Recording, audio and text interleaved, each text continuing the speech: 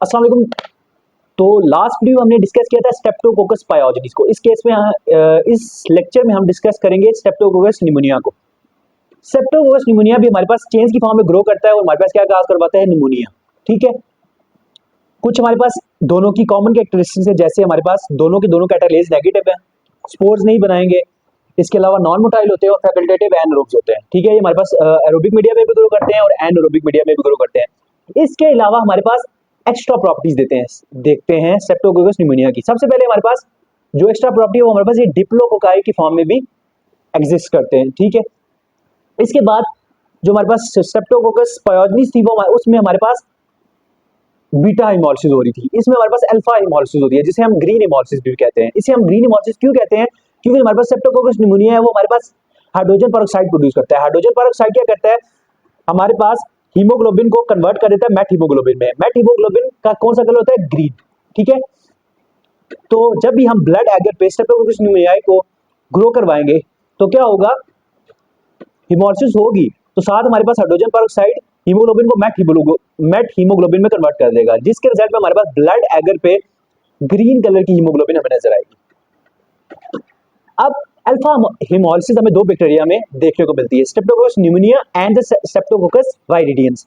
अब हम कैसे डिफरेंशिएट करेंगे कि यहाँ पे हमारे पास स्ट्रेप्टोकोकस निमोनिया है या स्ट्रेप्टोकोकस वाइरिडियंस है? ठीक है, उसके लिए हम दो टेस्ट करते हैं, ऑप्टोचिन एंड बाइल सॉल्युबल। ठीक है, अब जो हमारे पास स्ट्रेप्टोकोकस निमोनिया है वो हमारे पास ऑप्टोजिन सेंसिटिव होता है एंड बॉयल सॉल्युबल होता है। ऑप्टोजिन हमारे पास क्या है? एक एंटीबायोटिक है। ठीक है, जब हम ऑप्टोजिन इस ब्लड अगर पे ऐड करेंगे तो हमारे पास जो कॉलोनीज है अगर डाई ऑफ हो जाती है तो उसका मतलब क्या है, वहां पे स्ट्रेप्टोकोकस निमोनिया है। इसके अलावा हम अगर बाइल ऐड करते हैं और हमारे पास जो कॉलोनीज है वो सॉल्युबल हो जाती है, उनकी लाइसिस हो जाती है, तो इसका क्या मतलब, वो बाइल सॉल्युबल है, तो यहाँ पे हमारे पास क्या होगा, स्ट्रेप्टोकोकस निमोनिया। तो हमारे पास जो हमने तीन अभी तक मेन प्रॉपर्टीज पढ़ी हैं स्ट्रेप्टोकोकस निमोनिया की, वो कौन कौन सी है? हमारे पास अल्फा हिमोलिसिस करवाते हैं। ठीक है, इसके बाद हमारे पास ऑप्टोजिन सेंसिटिव होते हैं और बाइल सॉल्युबल होते हैं। ठीक है, उसके बाद हम देख लेते हैं विरुलेंस फैक्टर्स की तरफ। इसके बाद हमारे पास जो स्ट्रेप्टोकोकस निमोनिया है उसके कौन कौन से विरुलेंस फैक्टर्स होते हैं? ठीक है, सबसे जो पहला है, स्ट्रेप्टोकोकस निमोनिया के अराउंड पॉलीसैकेराइड कैप्सूल होता है। ठीक है, इसके अलावा इसके ऊपर हमारे पास पाइलाई और फिमरिया देखने को मिलते हैं। ठीक है, पाइलाई और फिमरिया हमारे पास म्यूकोजल सरफेस पे जाके अटैच होते हैं और वहां हमारे पास क्या बना देंगे, बायोफिल्म। ठीक है, अगर आपने पिछले लेक्चर्स लिए हुए हैं तो आपको पता होगा कि बायोफिल्म क्या होता है। ठीक है, बायोफिल्म बेसिकली एक एक्सोपोलीसैकेराइड की लेयर होती है। ठीक है, जो हमारे पास एंटीबायोटिक रेजिस्टेंट होती है और हमारे पास इम्यून सेल्स के लिए, हमारी इम्यूनिटी को भी, के लिए भी रेजिस्टेंट होती है।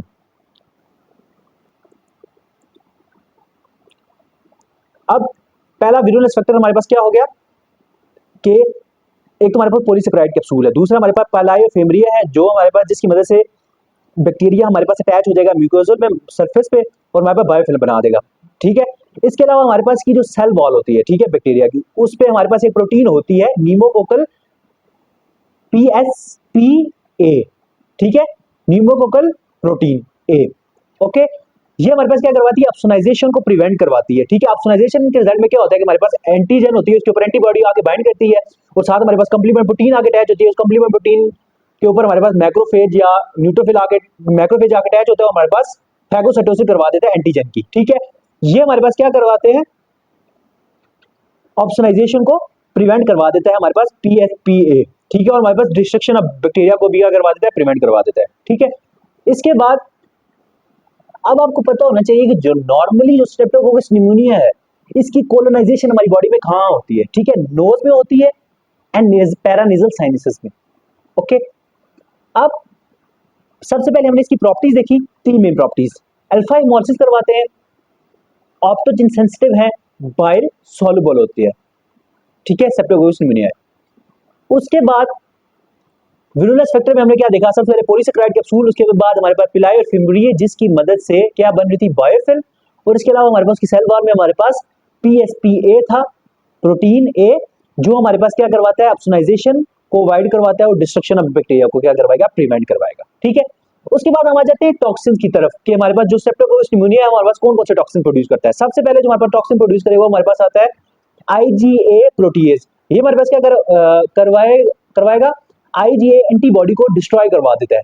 IgA एंटीबॉडी कोई भी हमारे पास बॉडी को जो बैक्टीरिया इन्वेड कर रहा होता है, ठीक है, IgA एंटीबॉडी उसके साथ जाके बाइंड करेगी बाइंड करती है और हमारे पास की क्या करवाती है, फैगोसाइटोसिस करवाती है with help of macrophage and neutrophils. अगर हमारे पास आईजीए प्रोटीएज आईजी एंटीबॉडी को डिस्ट्रॉय कर दे तो उसके रिजल्ट में क्या होगा, आपकी इम्यूनिटी वीक हो जाएगी। ठीक है, इसके बाद हमारे पास एक और टॉक्सिन प्रोड्यूस जब भी हमारे पास स्ट्रेप्टोकोकस निमोनिया रप्चर करता है तो उसके रिजल्ट में दो मेन टॉक्सिन प्रोड्यूस होते हैं। ठीक है, जो हमारे पास क्लिनिकली इंपॉर्टेंट है, ऑटोलाइसिन एंड न्यूमोलाइसिन। ऑटोलाइसिन क्या करवाता है, इन्फ्लेमेशन करवा देता है लंग्स में, जिसके रिजल्ट में हमारे पास क्या हो जाता है, डिस्ट्रक्शन हो जाती है न्यूमोसाइट्स की और ब्लड कैपिलरीज की। ठीक है, इसके अलावा न्यूमोलाइसिन का क्या मैकेनिज्म ऑफ एक्शन है, ये हमारे पास जो न्यूमोसाइट्स होते हैं ना, ठीक है, उनके जो सेल मेम्ब्रेन पे कोलेस्ट्रॉल होता है उसके साथ जाके बाइंड करते हैं। ठीक है, और हमारे पास उसमें पोर्स क्रिएट कर देते हैं न्यूमोसाइट्स में, जिसके रिजल्ट में सेल की क्या हो जाती है, लाइसिस, और पेशेंट का हो जाएगा निमोनिया। ओके, अब नॉर्मली मैंने आपको बताया कि हमारी बॉडी में कहाँ कोलोनाइजेशन होती है, इनकी नोज और पैरानेजल साइनसेस में। ठीक है, नॉर्मली तो आपका जो इम्यून सिस्टम है, ठीक है, इनकी ग्रोथ को लिमिट करके रखता है। ओके, लेकिन अगर पेशेंट को कोई भी ऐसी डिजीज है जिसके रिजल्ट में उसका इम्यून सिस्टम कंप्रोमाइज हो रहा है, जैसे पेशेंट को एचआईवी इंफेक्शन है, मैलिग्नेंसी है, डायबिटीज है, पेशेंट सिगरेट स्मोकिंग करता है, अल्कोहल अब्यूजर है, इसके अलावा बच्चा है, इन्फेंट्स में इम्यूनिटी वीक होती है, इसके अलावा एल्डरली बुढ़ापे में इम्यूनिटी बहुत ज्यादा वीक हो जाती है, तो उस केसेस में क्या होगा कि यही जो हमारे पास स्ट्रेप्टोकोकस निमोनिया है ये हमारे पास इन्फेक्शन काज करवाएंगे। ठीक है, सबसे पहले ये हमारे पास नोज, सबसे पहले हमारे पास पैरानेजल साइनसेस जो होते हैं ना, और नोज का उसका इन्फेक्शन काज करवाते हैं। ठीक है, जिसको हम कहते हैं राइनोसाइनोसाइटिस। ठीक है, इसके रिजल्ट में क्या होगा, पेशेंट को फीवर होगा, फेशियल पेन होगा और हेडेक होगा। ठीक है, इसमें हमारे पास क्या होता है, इन्फ्लेमेशन हो जाती है nasal mucosa and mucosa of the paranasal sinuses. Okay, अब यहां से जो हमारे पास क्या कहते हैं, इंफीरियर मियाटिस में आपको पता है हमारे पास स्टेशन ट्यूब ओपन हो रही होती है। ठीक है, तो बैक्टीरिया हमारे पास पैरानेजल साइनसेस से स्प्रेड कर जाता है स्टेशन ट्यूब में, और वहां जाके हमारे पास काज करवा देता है ओटाइटिस मीडिया, अगर हमारे पास स्टेशन ट्यूब का इन्फेक्शन होगा। फिर उसके बाद स्टेशन ट्यूब से हमारे पास अगर इन्फेक्शन फैल जाए मस्टार्ड बोन में तो उसको हम कहते हैं मस्टार्डाइटिस, और मस्टार्डाइटिस से हमारे पास जो इन्फेक्शन है, ठीक है, जो वो हमारे पास स्प्रेड कर सकता है क्रेनियल कैविटी की तरफ, तो वहां जाके हमारे पास क्या करवा सकता है, मेनिंजाइटिस काज करवा सकता है। ठीक है, अगर ये जो बैक्टीरिया है ये हमारे पास नोज से स्प्रेड करके आपके लंग में चला जाए, ये हमारे पास वहां जाके आपके एल्वेलाई के साथ अटैच हो जाता है। ठीक है, और क्या काज करवाता है, निमोनिया। कैसे, मैंने आपको दो मैकेनिज्म बताए हैं, ऑटोलाइसिन के थ्रू एंड निमोलाइसिन के थ्रू। ठीक है, अब निमोनिया के रिजल्ट में पेशेंट को क्या सिम्टम्स आएंगे, फीवर, बुखार होगा उसको, उसको ठंड बहुत ज्यादा लगेगी, चेस्ट पेन होगा उसको, कफ होगी, और साथ उसको स्पटम आएगा, बलगम आएगी उसको। ठीक है, अब कुछ कंडीशंस ऐसी होती है कि जो हमारे पास स्ट्रेप्टोकोकस निमोनिया है वो एल्वेलाई से हमारे पास स्प्रेड करके ब्लड में चला जाता है। इस कंडीशन को हम क्या कहते हैं, बैक्टीरियमिया। मैंने आपको पहले भी बताया था फर्स्ट लेक्चर में जो स्टैफ एरियस था। ठीक है, जब ब्लड में जाता है तो जब कोई भी बैक्टीरिया ब्लड में जाता है तो उस कंडीशन को कहते हैं बैक्टीरियमिया। ठीक है, बैक्टीरिया जब भी ब्लड में जाएगा तो उसके रिजल्ट में इम्यून रिएक्शन स्टार्ट हो जाएगा आपके ब्लड में। ठीक है, आपकी ब्लड वेसल वाज़ोडाइलेट कर जाएगी और पेशेंट किस में चला जाएगा, सेप्सिस में चला जाएगा, उसका बीपी बहुत ज्यादा फॉल कर जाएगा, ऑर्गन परफ्यूजन बहुत ज्यादा कम हो जाएगी।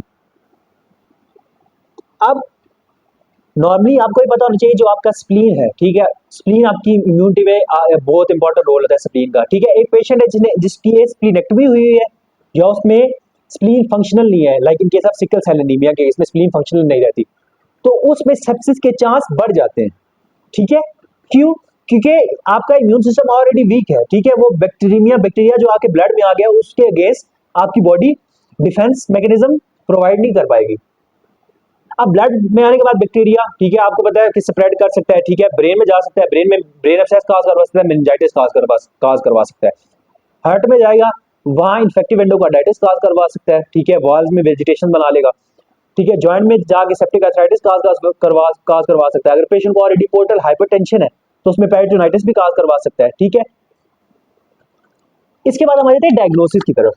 डायग्नोसिस की अगर बात करें तो इस अगर पेशेंट को स्ट्रेप्टोकोकस निमोनिया का इन्फेक्शन है तो हमें उसके यूरिन में सी पॉलीसैकेराइड मिलेगी। इसके अलावा हम उसका कल्चर कहाँ से ले सकते हैं, पस से ले सकते हैं, पस का कल्चर ले सकते हैं, स्पटम का ले सकते हैं, इसके अलावा सीएसएफ का ले सकते हैं और पेरिटोनियल फ्लूइड का भी स्पोटम ले सकते हैं। ठीक है, वहां से हम चेक कर सकते हैं कि उसमें स्ट्रेप्टोकोकस निमोनिया है कि नहीं है। ओके, उसके बाद ट्रीटमेंट की अगर बात करें तो सबसे पहले हम उसको देते हैं बीटा लैक्टम एंटीबायोटिक्स, जिसमें हमारे पास पेनिसिलिन जी आ जाती है, पेनिसिलिन वी एंड सेफलोस्पोरिन। लेकिन अगर पेशेंट को ऑलरेडी निमोनिया का अटैक हुआ है, बचपन में हुआ है, जब तो अगर वो बड़ा हो जाए तो उसके रिजल्ट में उसके अंदर रेजिस्टेंट डेवलप हो जाती है, तो उस केस में हम उसको किससे ट्रीट करेंगे, फ्लोरोक्विनोलोन से, अमोक्सिलिन एंड क्लेवुलिनिक एसिड का कॉम्बिनेशन देते हैं। इसके अलावा थर्ड जनरेशन एंटीबायोटिक देते हैं, जैसे हमारे पास सेफ्ट्राइक्सोन एंड सिफोटेक्सिन, और इसके अलावा हम देते हैं उसको वेनकोमाइसिन एंड लाइमजोलेट। ठीक है, या इस तरह हम पेशेंट को कहते हैं ट्रीट करते हैं।